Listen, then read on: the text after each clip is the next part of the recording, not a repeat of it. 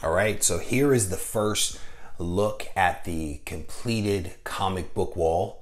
At least one of the completed comic book walls. I actually have a second plan, but this is roughly 16 of my books from my collection, spanning books that I bought in my childhood to books that I bought as recently as a few months ago. So we have on the top row the first appearance of Deadpool, the first appearance of Wolverine, the first appearance of Cable, the first appearance of the Black Costume, the first appearance of Gambit, the classic battle between Wolverine and Hulk. Moving over, we have Eternals #1, and we also have the Green Goblin. I think that is $7.99, I want to say, or $7.98 from Amazing Spider-Man. On the bottom row, Secret Wars, the origin of the Symbionite costume, NYX, first appearance of X-23, first appearance of Gwen Stacy. Next to that, the next few books really need no real introduction, but we have Giant Size X-Men, X-Men #1, Fantastic Four, first appearance of Galactus and Silver Surfer, the first appearance of Frank Castle, and Amazing Spider-Man 50, the first appearance of Kingpin. Some classic comic books that I've selected from my collection and started off this first comic book wall with. All right, so I am really pleased with how well the comic book wall has turned out so far.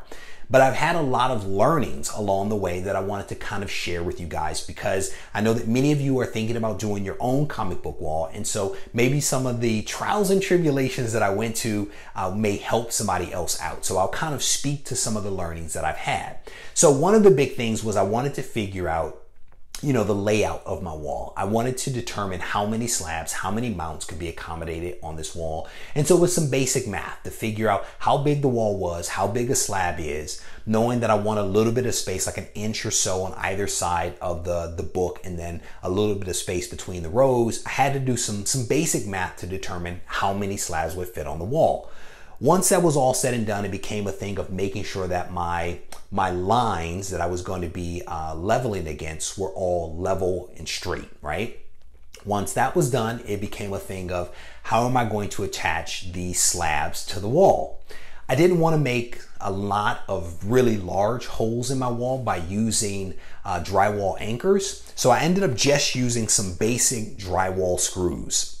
And thankfully, there are a couple of you out there that have used these mounts before or similar mounts and were able to offer me a couple of tips, helping me realize that a drywall screw was more than enough to be able to hold a slab and a mount on the wall.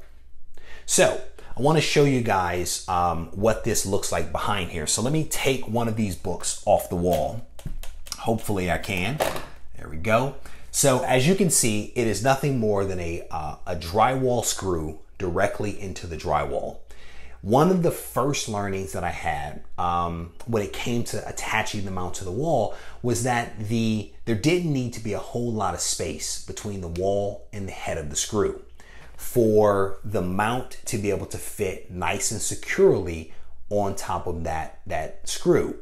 The mount isn't all that thick. And so the space between the wall and the screw head doesn't need to be all that significant for this to be able to fit over it and sit quite nicely and tightly on the wall. So I kind of hand tightened all of my screws just a little bit to make sure that the book would fit nice and securely. The next learning that I had was about the mount itself.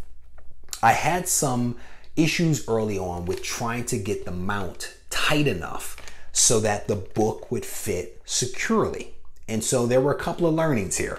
One of the things that I realized is that the screw head, which is flat, has a square base. And the square base fits right nicely into the square channel to prevent the two parts of the mount from kind of, doing this. And so once I realized that there was a square base on the bottom of the screw, I realized that the two halves would kind of stay in perfect alignment if the screw were lined up the proper way. The next learning that I had is that the mount can accommodate a very large book or poster or whatever album if you want to fit in here. But to that point, if not tightened enough, the book would kind of wobble in place, right? So what I realized, again, in talking with a few of you, was that the mount needed to be a little bit smaller than you thought that it would be to fit over the book.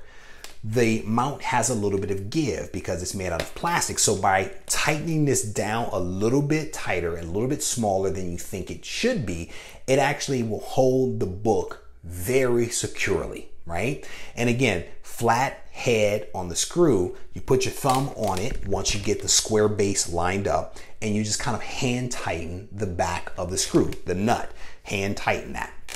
The other learning that I had is that hand tightening is not enough to give me comfort. And so one of the things that I did is once I was able to kind of squeeze the book into the mount using hand tightening, I then used a pair of needle nose pliers to give it just a little bit of a twist to the nut on the back to tighten it down even more, which gave me a lot of security that this book is actually in this mount quite nicely. So as you can see, that thing is not going anywhere, right? So definitely some learnings there with how to properly secure the nut and back, how to hand tighten it, and then if necessary to use an additional tool to tighten it down even more. So one of the other things that you'll notice is that there is a larger opening at the bottom and a smaller opening at the top of the mount.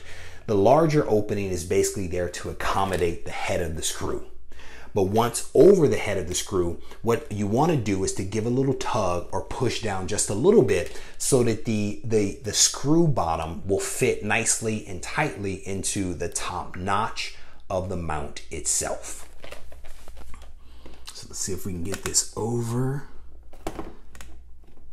There we go. So it is now through the main hole there, and a little bit of push. You can see it drop right down into place, and it is definitely on the wall, nice and tight. All right, so there you have it. Just a couple of tips, just a couple of things that I've learned about working with these mounts. I am now kind of thinking my way through the wall across from me. The wall across from me is a little bit shorter than this wall because there's actually a door there.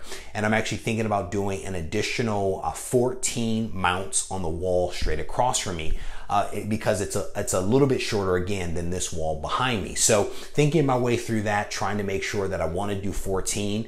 And at the same time, I'm also thinking about the other two walls here in the room, what I want to do with those, whether I want to, do some original art or whether I want to do some other mount similar to these on that wall. I'm kind of thinking my way through that right now.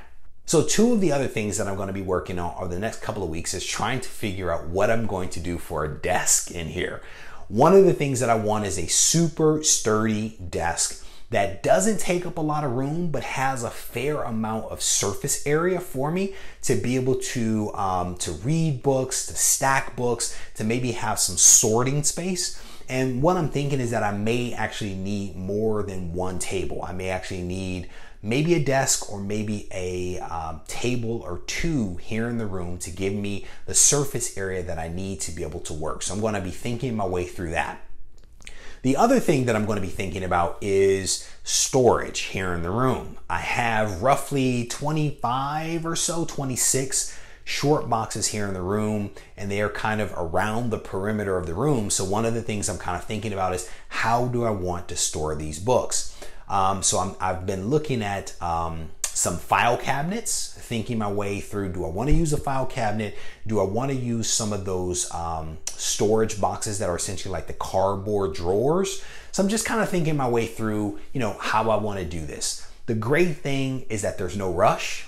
There are plenty of ideas out there and that I'm going to explore. I'm going to try to think my way through what's going to work best for me, what's going to work best for my collection in the space that I have. So definitely you guys should stay tuned because there's a lot more good stuff that is coming up. And I want to thank everyone in advance for taking the time to watch this video. So certainly if you guys want to reach out to me, feel free to do that. I am on Instagram at RegieCollects, and I'm also available at email at RegieCollects@gmail.com. Thank you guys for taking the time to watch. Have a great night.